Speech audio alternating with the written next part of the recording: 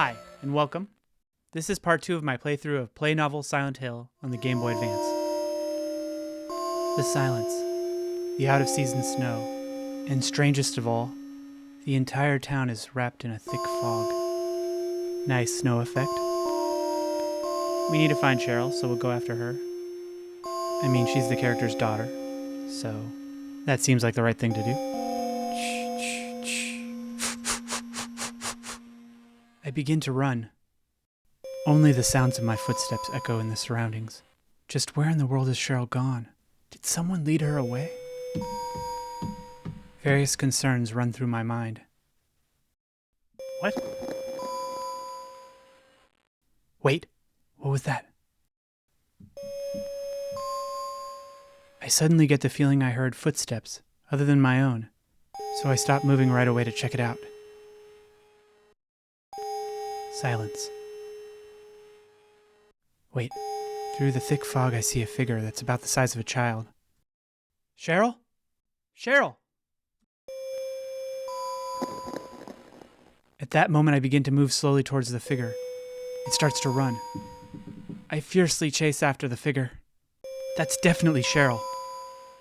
Even though it's faint, I would not mistake somebody else for Cheryl. However, no matter how fast I run, I can't catch up.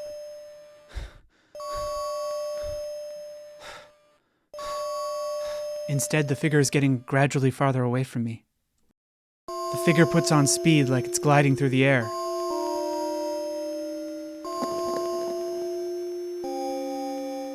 It appears to be absorbed by the fog as it begins to disappear. Cheryl! Cheryl, it's me, Dad! In order not to lose it, I run with all my strength, keeping my vision centered on the figure. Then I notice I've come to an alley, surrounded by buildings. What? What? I don't know how, but it's like a cover was placed over the sky, which has provided light until now. The area has become engulfed in darkness. From the darkness, I can hear multiple footsteps coming this way. Thump, thump, thump, thump. Someone's moving towards me. Someone or several someones.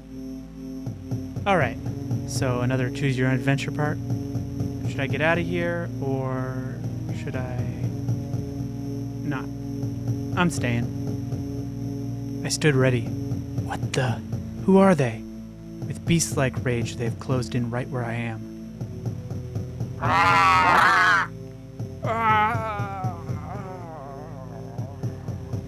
And then my vitality is sucked away by these strangely shaped monsters, until I finally lose consciousness.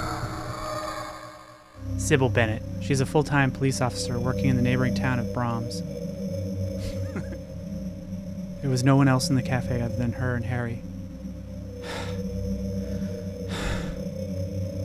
She took a seat at the counter and waited for Harry to awaken.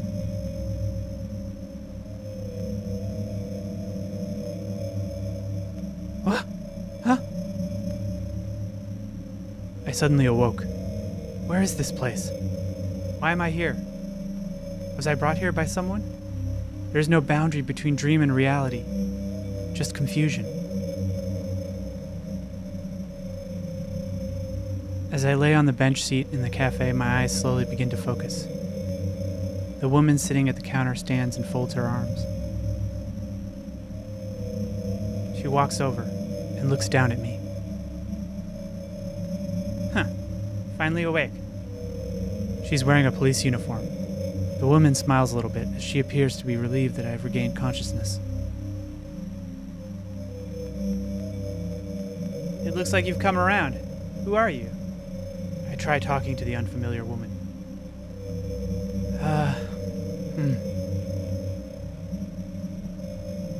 I'm Sybil. Sybil Bennett. I'm here because all the communication with this town suddenly went dead, and so I came out to investigate. Oh. I'm Harry Mason. I brought my daughter to town for some sightseeing, but on the way there was an accident and I lost consciousness. Let me help you up. Thank you. Oh yeah, Sybil. You haven't seen a little girl in this town, have you?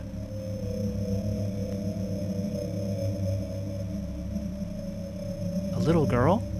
No, I haven't seen her. When I came to after the accident, my daughter was nowhere to be seen. The passenger door was open. And she was gone.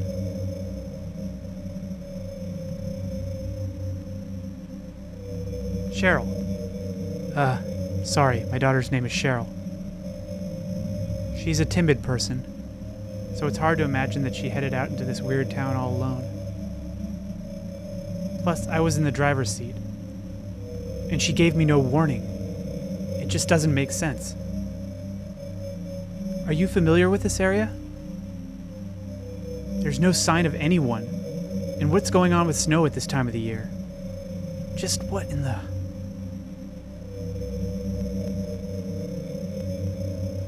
Just what in the world has happened to this town?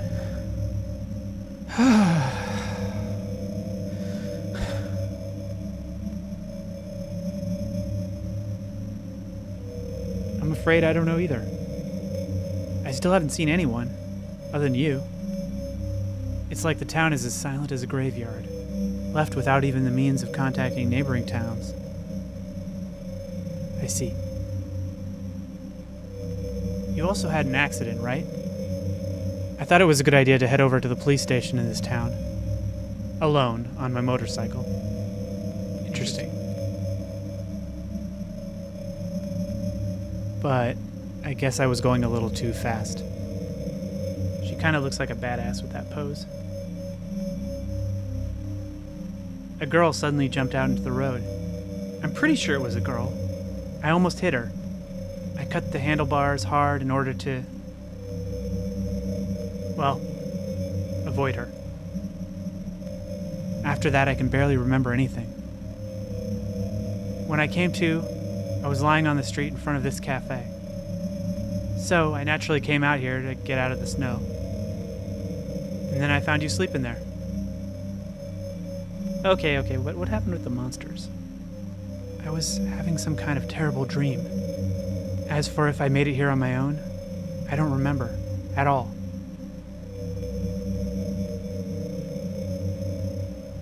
Just what in the world has happened in this town? What's going on with everything?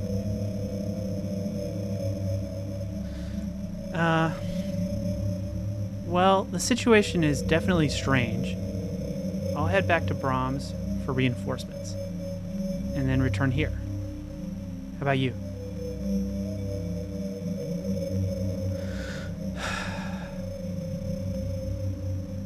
Sybil stood and fixed her collar with resolute fortitude. Because she's a badass. I've got to look for Cheryl. There's no way I can just leave her here alone.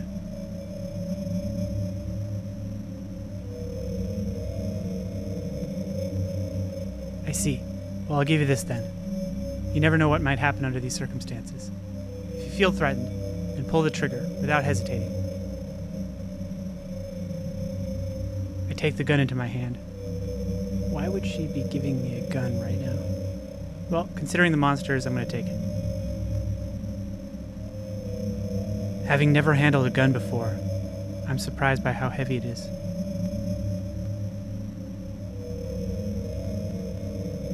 But what about you? Will you be all right?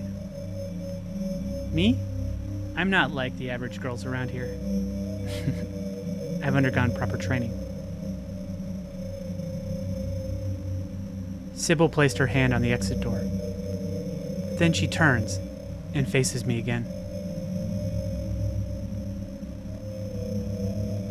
Harry, don't go shooting me by mistake or anything.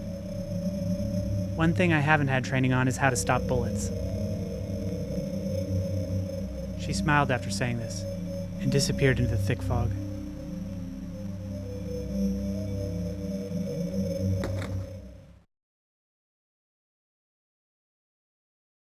After being left alone in the cafe, I gazed at the handgun Sybil gave me for a little while.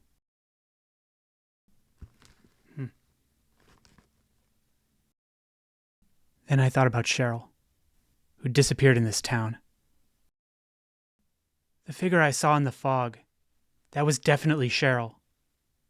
But she didn't answer my calls, and she was quite possibly moving away from me. Why? I don't understand. All right, I'm getting a bit mixed up. Still, one thing I know for sure is that Cheryl has vanished into this town.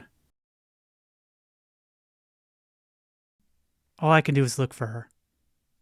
I may not have any knowledge of the surroundings or any clues, but I won't find Cheryl if I stay here. I stood up energetically and placed my hand on the cafe door. I'm gonna find Cheryl.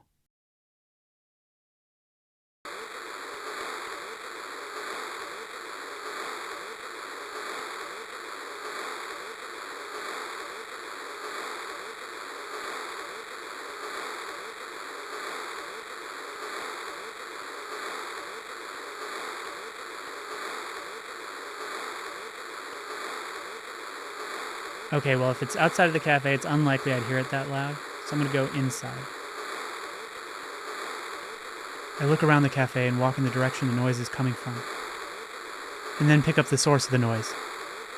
Radio? At that moment, the window shattered with the thunder and a giant bird-like creature entered the cafe. What the? No, it's not a bird. It's a creature with reddish-brown skin that looks as if it's been burned. Ugh.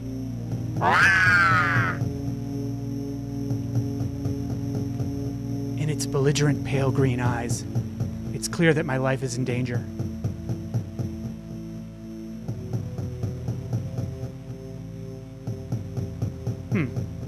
This is a tough one. Yeah, I think I'm gonna make a break for the outside. I've got to get out of here. Outside. I can't move about so well in the tight indoor area. However, almost as if reading my mind, it moves to the only door in or out of the cafe, blocking my route. I can't escape. Then right as I think that maybe it pulled one of its wings far back, it swings it down at me. Just missed my neck. I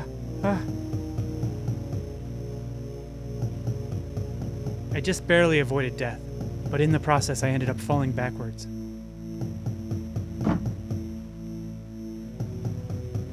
However, I didn't let go of the gun.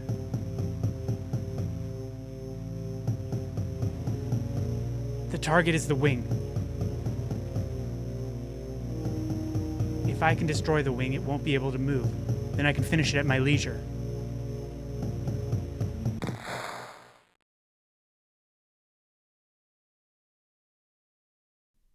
That's it for now. Thanks for watching.